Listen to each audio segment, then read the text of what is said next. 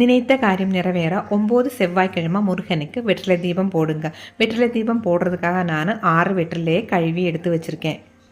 வெற்றிலையோட காம்பை கிள்ளிட்டு ஒரு தட்டில் இந்த மாதிரி வச்சுக்கோங்க. இதுக்கு மேலே மஞ்சள் குங்குமம் வச்சுட்டு நடுவில் ஒரு அகல் விளக்கு இல்லாட்டி ஓம் விளக்கு இருந்தால் அதை வச்சுக்கோங்க.